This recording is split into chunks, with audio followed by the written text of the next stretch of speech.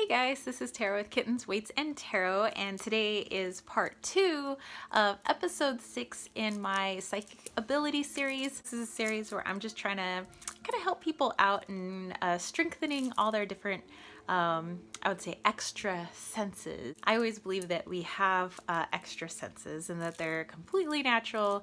They're there so that you know, our species could continue and thrive and survive and, you know, and that we just naturally have a contact with the world beyond our five senses, much like I believe that animals and plants and all the other things around us also do. So in the last episode, I asked people to kind of center themselves and to focus directly on my heart chakra, and just kind of see what came up, you know, whether you started hearing some music, whether you felt something, you smelt something, you started, you know, some images popped up in your mind, or whatever may have happened. I just try to make this fun and interactive, you know, in a very stress-free, you know, judgment-free environment, and then comment on your comments, and you know, that way maybe you guys can take some notes and continue trying these things out with close friends and relatives. Again, I told everybody just, you know, focus on this heart here and just see what comes up. So the very first person who commented was Ella Moriale. And she said, I kept hearing, you're the one that I want from Greece. And I saw John Travolta and Olivia Newton-John doing the twist. Okay, so that made me laugh. Okay, number one, that's probably my favorite song in all of Grease.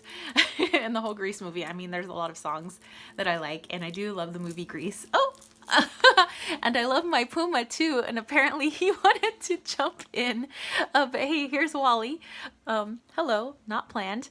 So yeah, I think I was in a really playful, happy mood when I filmed the first video. So I think if that song were to represent me being in a really happy, playful mood, that would definitely be the song. This is very uncomfortable, by the way. So hey Wally, this is an interesting video that we got going on here. Yeah, you comfy?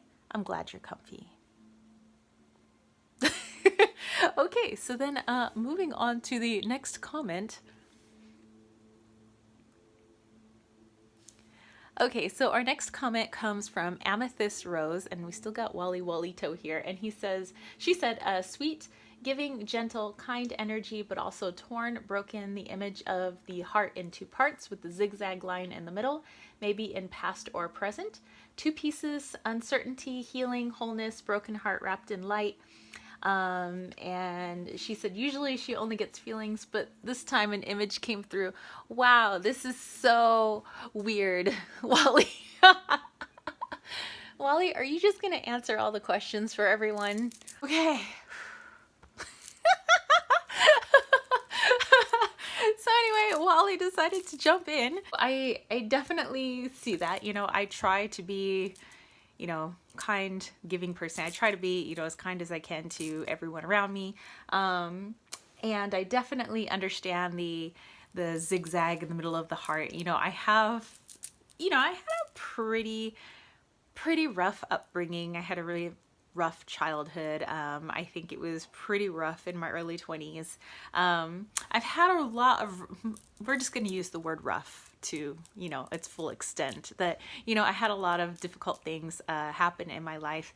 And I think that's why I am the person that I am. You know, I understand people who have gone through a lot of really traumatic things, a lot of hurtful things. And so, although I'm still going through my own healing process in my heart, I feel like my mission is to help heal others of, you know, things that are going on in their heart as well. So yeah, that definitely resonated. Our next comment is from Abby Rosette, and she said, I feel like you have a very special bond with your mom growing up, like you're very close with her as a kid. You didn't have it easy growing up in terms of culture or family culture, but you were strong and got past that. That is just how I feel, but I could be wrong. And she said, fellow Filipina here, all the way from Singapore, so mabuhay! So yeah, When I was really young, I'm talking like elementary school, like early elementary school, and before school, I was pretty close with my mom because like that's, I had a somewhat of a hard time making friends. I had like some friends, but I was kind of like the dork, the outcast, like kind of the weird kid. And mostly because of how I looked. So yes, culture does come into it. The area that I grew up in was heavily Hispanic, and because I'm super mixed. I have a Filipino, and I have like all of this in me. But because I wasn't like full like Mexican like everybody else, although I did have Mexican friends, I did get teased quite a bit for not being a part of their culture. Like I'm not, my Spanish wasn't, their Spanish, and like, it was definitely, there was some culture struggles. There weren't a lot of Filipinos in my area. There were certain pockets of San Diego that had Filipinos in it, but it was like definitely not an accepted culture, where I was growing up. Like if you were like Islander, like Native American, and you weren't Hispanic or you weren't African American, like it was definitely, you were an outcast. The Caucasian kids, which there weren't many of them, they just kind of like hid away from everybody else. I had, and I had friends of like every culture though. But yeah, getting teased and getting bullied and getting into fights and things like that, that at least waned towards the end of like elementary school, and like really wasn't a thing going on into middle school. At least I don't think it was a thing going on into middle school. Maybe into high school it wasn't a thing anymore, because I pretty much like stand up for myself, and like I was kind of like over it. And plus I'm kind of like friends with everyone, and so it's kind of hard to bully somebody when they're smiling at you. So so I totally understand that. The bond with my mom, yes, maybe early on, but I think who I would have considered more like very close to me would be my nana, like my dad's mother, and my grandmother, which is my mom's mother. Like the two of them, I was very, very close to both of them, probably even more close to my nana. So that might be the mother figure that you're seeing is actually my grandmother, my nana. And so she kind of helped me toughen up and kind of get through those things. So, especially because she was taller than me. She was like 5'9", and she was very pale in the face. And so she got made fun of relentlessly and into fights relentlessly when she was younger, because although, she spoke fluent Spanish, like her family came over from Mexico, because she wasn't a certain look, she got made fun of for them thinking like she thought she was like better than them because she didn't look like them. And oh my gosh, it was a total cultural thing growing up. Then our next comment comes from Intuitive Magic, and they said, these are what crossed my mind. Some 80s, 90s vibe, but mostly 80s, Back to the Future any movie by the Brat Pack, 16 Candles, Breakfast Club, etc. Ancestral traditions. I know you're from the Philippines, but for some reason I keep seeing you practicing Native American traditions and surrounded by Native American wood carvings. Debbie Gibson's Electric Youth. Heck yeah. Cinnamon smell, orange sweet smell, bright colors. Okay, so let's talk about these. So the 80s, 90s vibe, that is my vibe. Like mid to late 80s, early to late 90s, like the whole like 80s and 90s, that's me. Like hello. That's me. That's definitely me. It's my style. Any of like the Brat Pack movies, any of like Back to the Future. I had such a crush on Michael J. Fox. Oh my goodness. Yeah, but yeah, any of those movies, that's like, that is my childhood, and like that like hits me right in the heart whenever I watch those movies. Like it just takes me back. Like I want to be back. I want to be back to the future.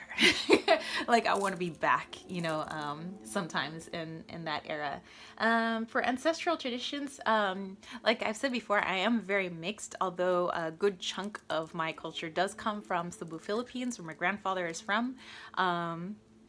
But you're right, the Native American traditions, because my grandmother, on my father's side, my Nana, her mother came from Mexico, and from Mexico they came into southern Arizona, but in Mexico, like it was like they were a mix over there too. Like there was a man from Spain who married a Native American woman down there, which those two are my great-great-grandmother and my great-great-grandfather.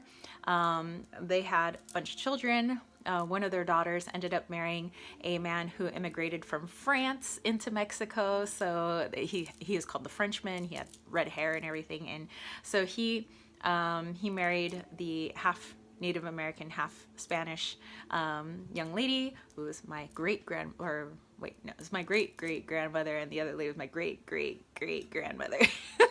Thank you, Ancestry.com. Not sponsored. They then had their kids, and which was my great-grandmother, and they came over from Mexico into the United States, and you know, and then my great-grandmother eventually got married to an Italian, actually, and then they had a bunch of kids, one of those kids being my Nana, and my Nana married the man from the Philippines, and yeah, so you know, and there's some stuff on my mom's side too, but like we got the United Nations here, okay? There's a lot of stuff going on here, and I'm pretty cool with that. I was like, my family's a bunch of lovers, not fighters. So I understand that. Debbie Gibson's Electric Youth.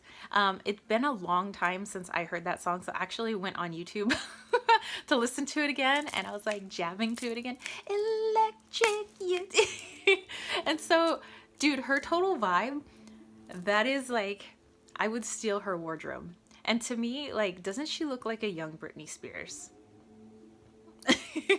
But yeah, I actually, when she's in her like rhinestone denim jacket, that reminds me of one of my Barbie dolls named Tara Lynn that I had, and my parents got her because her name was Tara. So, but yeah, I wanted my Barbie's wardrobe, and like Debbie Gibson has like Barbie's wardrobe. So yes, I would want her wardrobe. That is like totally me. But I realized in the video, some of the things that were flashing on the screen are like parts of my childhood.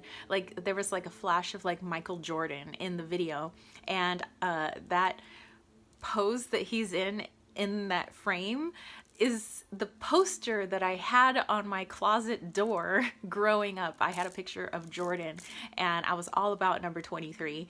And then let's see, Debbie Gibson was doing the whole like which makes me think of like you know, the song Walk Like an Egyptian, which actually is a running joke in my family, like because of our last name, so we always like walk like an Egyptian in the family, and that's like our thing. So that made a lot of sense, you know, the whole like seeing my Barbie dolls outfits like made sense. Gosh, there was a lot popping up in that video that just reminded me of my childhood, just like, so yes, if you watch that video, that's actually like me. I mean, I didn't dress that cool. I wish I would have had her wardrobe back in, I had to Google when that song came out. That was 1989, so I would have been 8 years old. I wish I would have had her wardrobe then. I thought I was that cool. I mean, because I used to like put together my own outfits with like whatever I had and like tried to look like the magazines. But anyway, so that makes sense. The cinnamon smell definitely makes sense, because, you know, cinnamon to me is like abundance, energy, happiness. I'm definitely full of energy. I'm definitely a happy person, and I definitely consider myself abundant. You know, I have, you know, so much going for me, and I have so much to be grateful for in my life, that, you know, I consider myself a very abundant person. The orange and sweet smell caught me for a second, because I went, oh crap, because when this is a smell I don't smell with my grandmother, who all my grandparents have passed away. But my little brother will smell lemons or oranges when my grandmother's around. And so he knows her spirit's around when he smells that.